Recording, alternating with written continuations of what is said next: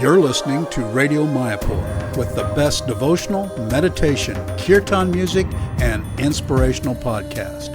This is Radio Mayapur. Hello, Hare Krishna, everyone. This is Gangadas. Today we are having a fantastic interview podcast. We are in a manor near London, in UK, and we are interviewing a very, very wonderful, beautiful, interesting devotee, Vishakha Mataji. And she is also happened to be the temple president of the manor. So I'll give a little introduction. She is born in 1950 in USA, in New York, studied in Institute of Technology and Photography, and she joined in 1970, and she's also the wife of Yadu Bar, and together they did a lot of filming on Srila Prabhupada for many, many years. She also wrote a very beautiful, interesting book, which I feel all our listeners should definitely get to read. It's called 5 Year, 11 Month. It's a memoir, and there's a lifetime of unexpected love. So for those of you who are interested to purchase this book, it's available on Amazon. So welcome, Vishakha Mataji. Thank you for giving your valuable time for this podcast for Radio Mayapur. We have many listeners around the world, devotees who are inspired by hearing to our radio, which is from Mayapur, but I'm traveling around the world and I'm catching all the wonderful devotees and the interview. So tell us a little bit about your background, where you grew up, your family, in very short few minutes. You can give us a little bit. Well, thank you, Ganga Prabhu, for inviting me to be on your podcast. I'm very grateful to be with you and to be able to contribute a little bit as best I can. Sure, thank you so much. Honored. So, I was born in an atheistic family. My mother grew up in England in the Roman Catholic Church. Okay. And when she came of age, she gave it up because she felt it was simply rituals without any substance, without any philosophy. And my father was brought up in the Jewish tradition. And when he came of age, he felt the same. He also gave up Judaism because he felt it was simply rituals with nothing behind it, no real reasoning behind it. So my brother and I were raised as atheists our whole lives. We never went to any church or a temple or synagogue, place of worship of any sort. And I was quite actively opposed to religion based on my parents' influence, that it was simply a way to avoid the reality of life. Interesting. So I was studying photography at Rochester Institute of Technology, and then my friend from the college went to India to do his master's thesis. And from India he invited me to join him there, which I did in 1970, just interested in photography and being with him. And there I met Prabhupada and the devotees, and over a period of time became intrigued. And in which place did you meet Srila Prabhupada? That was in Bombay, today called Mumbai. Yes, Bombay. So was the beginning of the building of the temple was not there yet? No, the devotees didn't have a steady place. They had a pandal across Maidan. Right. And then they rented a flat in Akash Ganga building on the 7th floor of Akash Ganga. Nice. Right on the seafront. But what was your impression when you first saw Srila Prabhupada? Because he was such an exceptional person. I don't know, many people speak about. I personally did not meet Srila Prabhupada, so I didn't have that fortune. In college I had published a how-to book on photography. So I brought that with me to India, and when I met Prabhupada for the first time, my then boyfriend, now husband, Yadabar, he told me to bring that book with me, which I did. And so I had no intention of showing it to Prabhupada because I thought, he's a holy person, what's he going to do with a photography book? It didn't make sense. But Yadabar, who was then John, insisted, so he took the book from me and gave it to Prabhupada. Nice. And it was very interesting to see Prabhupada look at this book because it became obvious that he knew all about photography. No, about books.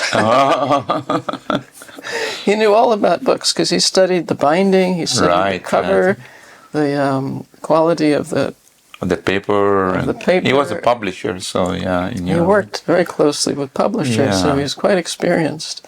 And it was a short book. It was like 120-something pages, but he looked through each page by page, studying, the quality of the book itself. And then he handed it back to us. He has to stretch his arm a little bit. And he said, "We do not know much about these things." Referring, I think, to photography. Yes, not the book. Not to the book publication, but yeah. So it was amazing to see him, although it was completely different from what he was presenting, Krishna consciousness, but he took an interest in it and was very aware. Very aware. Nice. And then what happened? You started doing photography with Srila Prabhupada. Were you requested by somebody to do any photography, or you were just interested in doing Bombay photography? No, we had this idea, John and I, who's now Yadavara, had this idea that we would do, because we were both interested in photography. Yes. So we wanted to do a story on a quaint Indian village where they didn't use machinery. Right. They just used the oxen and milked the cows and lived very simply in their, village cottages and heard, spiritual stories when the sun went down and these sorts of things. But we didn't know which Indian village would be appropriate because we were fairly new to India. Right. So we thought, well, Prabhupada is from India and he's traveled extensively in India. We'll ask him. Yes. So at the end of the Bombay Pandal, before he was going to leave to continue his travels, we explained to him our project and said, where should we go? So he looked at us with a mixture of gravity and amusement, and he said, "You do not speak the language. Wherever you go, they will simply cheat you and steal your cameras." He was very pragmatic. Prabhupada knew very stuff. Pragmatic. It was a good advice. We had already been pickpocketed, so Right. we were quite aware. So that was very deflating to hear him say that, we have our dream, our bubble pop. But then he paused just long enough and he said, "Better you go to Vrindavan and you do your story in Vrindavan." So we didn't go there right away because it was very hot at that time of year. First we went to Nepal and we trekked in the Himalayas. And then we came back and we went to Vrindavan. We stayed there for a month. With the devotee or no? Just No, there weren't any devotees. Some passed through on their way between Delhi and we didn't have a temple at that time. No. But when they traveled between Delhi and Bombay, they would stop. Okay. Nice. So that way we met Brahmananda Maharaj, we met Gurdas and Jamuna, different devotees would stop. Interesting. So that month was transformative for me because I came to Vrindavan as an atheist and then a month later I left as a theist. Just the atmosphere of Vrindavan, or you met some people interesting? Or tell us some story, what happened in that 1 month? Well, we only could meet 2 people that spoke English in Vrindavan then. Now, the rickshaw wallets speak English. Yeah, of course, now everybody speaks English there. But then it was Prabhupada's godbrother, Dr. O.B.L. Kapoor, spoke English. Nice. And one gentleman, an elderly gentleman, who really gave us a lot of shelter, spoke English. But they didn't preach to us. It was really just being immersed in that place of so much faith. Everywhere was Jai Radhe, everywhere were temple bells. And at that time it was a real village at the time. Now it's a jungle of buildings and concrete. It's changed a lot. I would photograph every morning the widows who wore white at that time. Yes. And there would be maybe 150 of them in a temple, and they would just chant the Maha Mantra for 3 hours. Yeah, the bhajan. And they did it with such faith. They weren't very musical. They didn't play the instruments so expertly, but they had so much faith. And that really affected me deeply.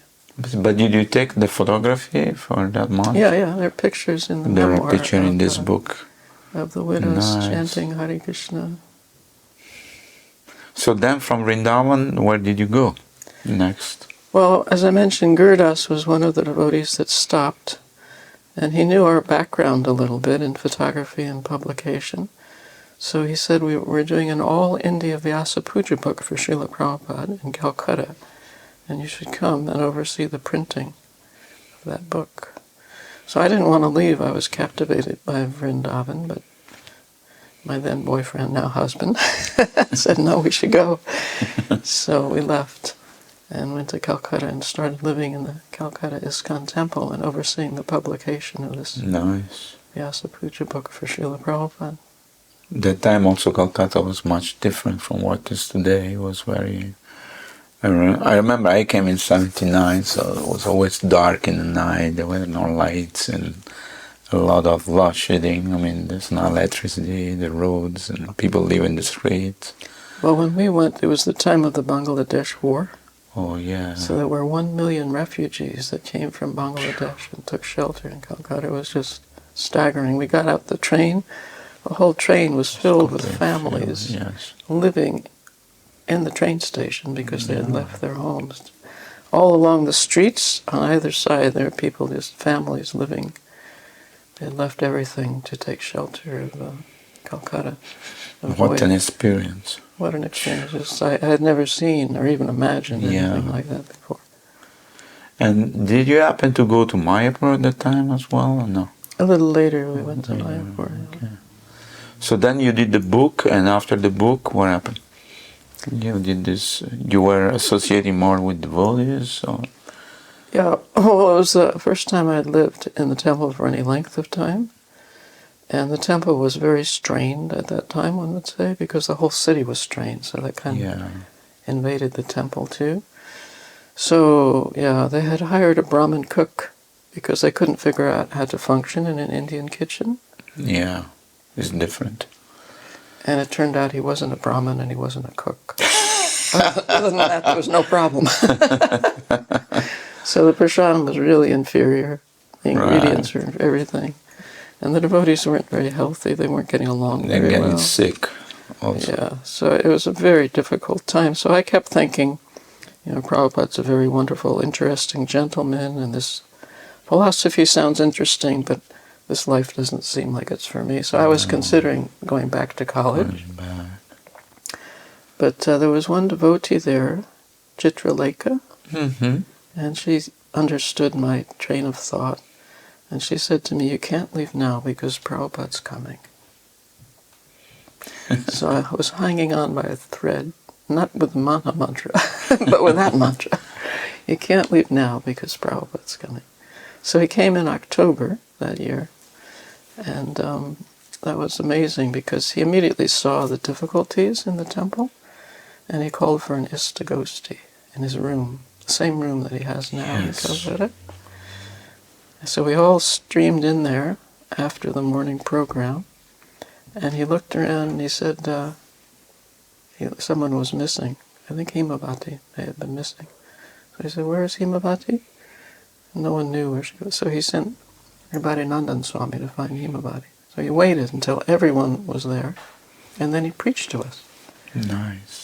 And that was amazing, because when I walked into that room, I felt like Atlas carrying the world, burdened with the weight of the world.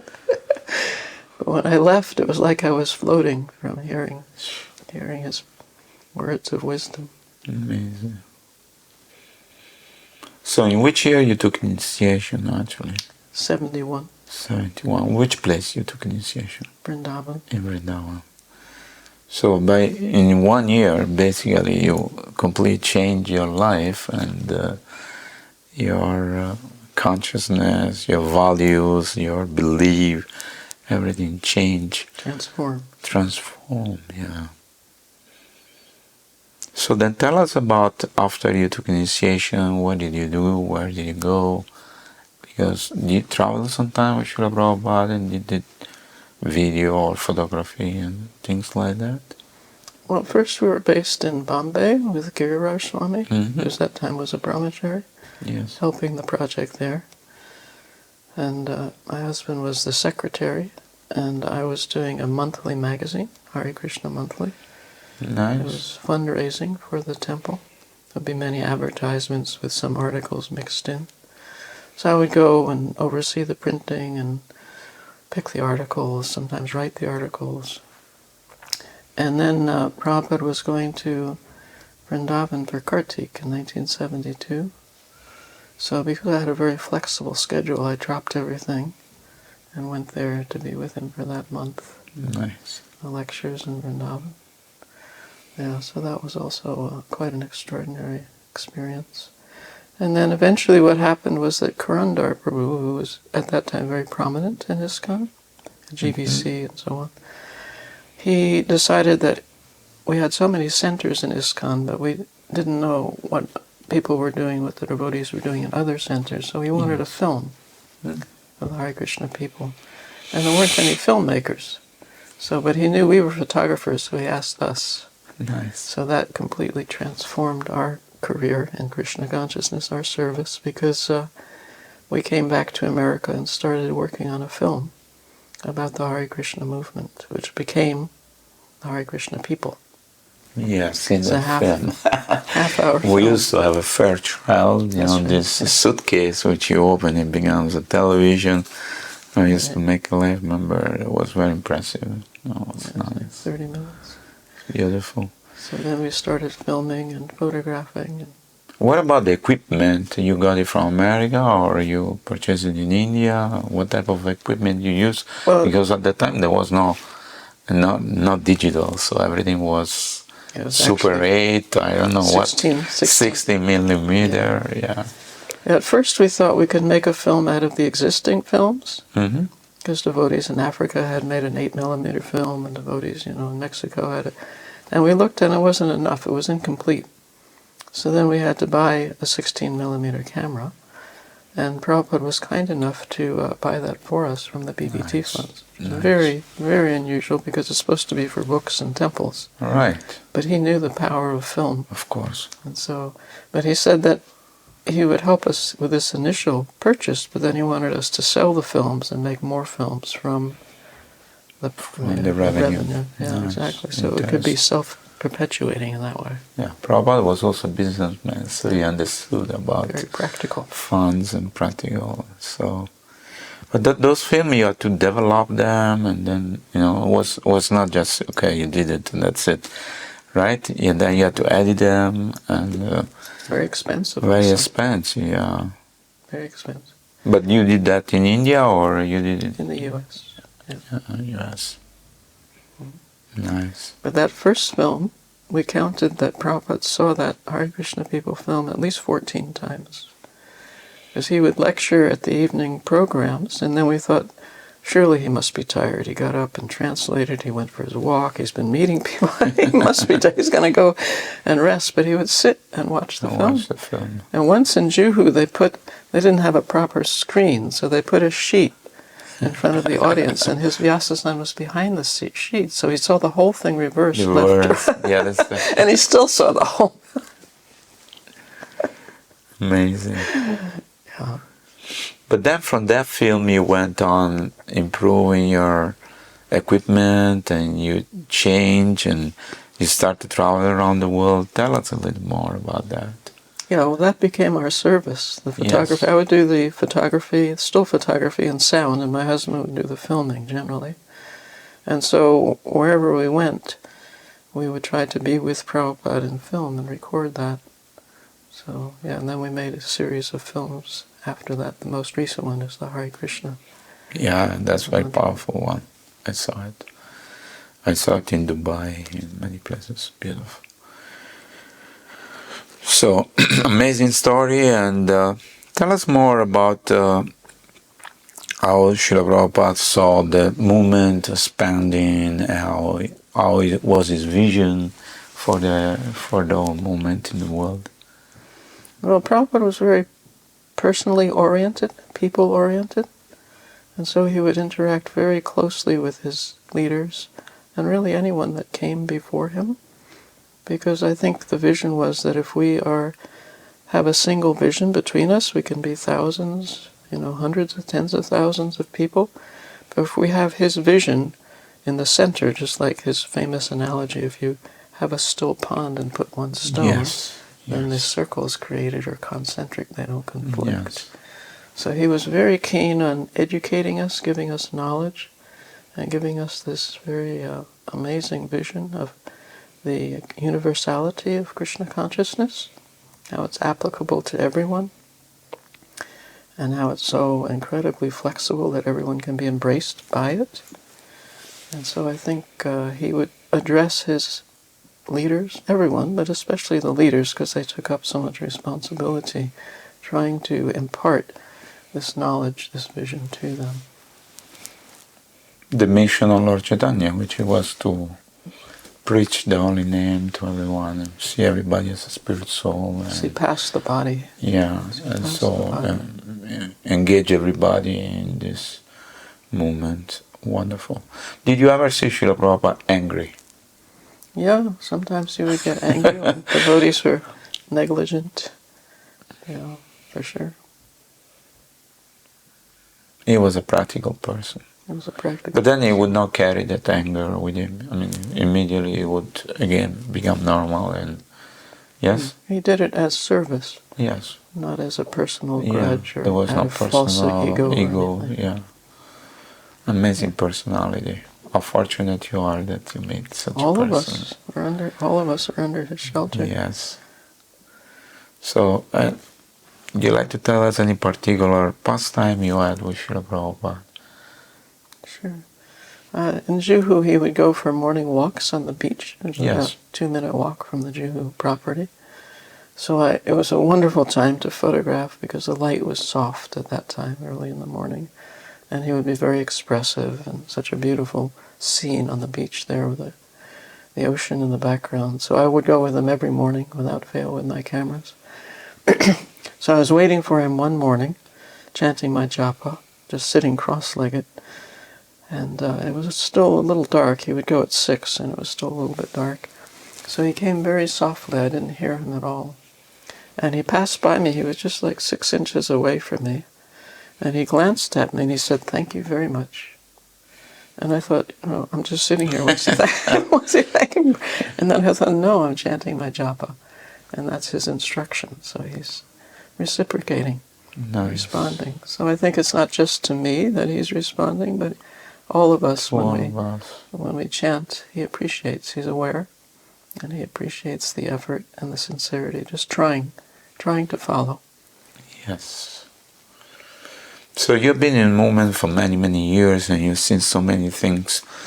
How you feel like what was before in the beginning, the movement, how it is today, how it is progressing better? Of course, we have hundreds of temples, thousands of devotees, Namata, and different preaching doing in different way. So what's your feeling about this? Yeah, I think naturally the early years, the pioneer years, are not going to be the same as the years later on. Of course. Although we're still a very new movement, but those initial years of setting up iskcon have now passed. We're set up, as you say. There's so many devotees and centers. So we can't expect what they call the same as the good old days. We can't expect that. Sure. People change with growth, otherwise it would be unnatural if you didn't change Absolutely. as you grow.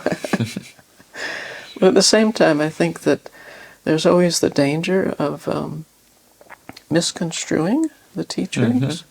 And so knowledge is really important, to be fully educated in Prabhupada's, not just the philosophy, but also the way it's enacted practically.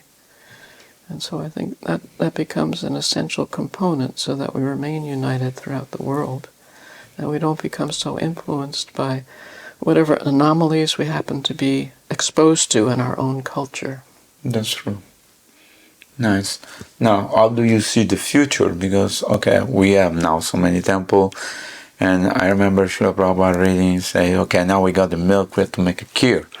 Means taking care of the devotee and making sure that everybody is abiding or taking the vision of this mission of Lord Chaitanya, not get lost into the multitude and different variety of things we do, or maybe the organizational level, I don't know. But how do you see the future? How we can improve ourselves, how we can maybe modify our preaching by which can appeal to the youth or to the different people in the world. Mm-hmm. And there's a wonderful story about the book distributors in the 70s, when book distribution was very much in the forefront. And they wanted, this small group of very successful book distributors wanted to travel extensively and teach the devotees in different centers how to distribute books successfully. Nice. They teach them what to say to stop people, what to say so they hold the book, what to say so they give a donation, etc. So they went to Prabhupada with this idea, to travel, and they thought that he would be very receptive to it. And what he said was quite amazing. He said, each person is his own genius. You teach the devotee how to be sincere, then Krishna from within their heart will help them to be successful in their service. That's beautiful. In other words, we don't need the sales techniques. As if the sincerity is there, then Krishna will instruct each devotee. Each people you meet is different also. Exactly. So I think that's true for all the services. Yes. That if the devotees become, if I become sincere, then there'll be help. Of course, always. Very nice. So any other things you'd like to tell us to inspire our audience to be more Krishna conscious, or what is your message to the devotees who are listening to our podcast? Well, one thing I learned from observing Prabhupada, that he honored each individual. That according to a person's inspiration, according to their abilities, according to their interests, he would fan the spark. He would encourage them to come forward with faith that Krishna would help if they, again, were sincere. So I think that we should emphasize the person over the projects. Really focus on the person and help that individual person take a little step or big steps closer to Krishna. And that'll be good for us as a service to Krishna, and it'll be good for the person because they'll be moving in the right direction. Nice. Maybe you can tell us one of the sloka which you are meditating every day or something, whether it's Bhagavad Gita or Bhagavatam or from wherever scripture. Is there any particular sloka that you really like very much to your heart? Just this morning I was reading in the Bhagavatam, the first canto. It's the story of Parikshit Maharaj deciding that he would pass the kingdom on to his son. Nice. And Prabhupada was saying that we shouldn't hang on to our positions, but we should make room for the next generation and have faith that if we've done our service properly, they will carry on properly. That's beautiful. In other words, we have to train the youth to be the succession of the future, and sometimes, like children, we have to tolerate some mistake. Like children, they fall down, but the mother and father, they never think, oh, my son will never walk. So strand him up and make him walk again. And so, thank you very much. Is there any question that I did not ask and you'd like to ask yourself? There's anything you'd like to say? Prabhupada also wrote in that same section of the Bhagavatam, towards the end of the first canto, he said the basic principle of religion is truthfulness. Absolutely. As long as we're truthful, everything will manifest. So thank you so much, Vishakha. Thank you, Ganga Prabhu. Thank So you. nice I have hope your to see you company. soon in Mayapur, and then I'll be kindness. able to serve you in some possible way. Thank you very much. Thank Hare you for Krishna. all your service to Prabhupada's Hare mission. Krishna. Srila Prabhupada ki Jai jai. Prabhupada. Hare Krishna. You're listening to Radio Mayapur with the best devotional, meditation, kirtan music, and inspirational podcast. This is Radio Mayapur.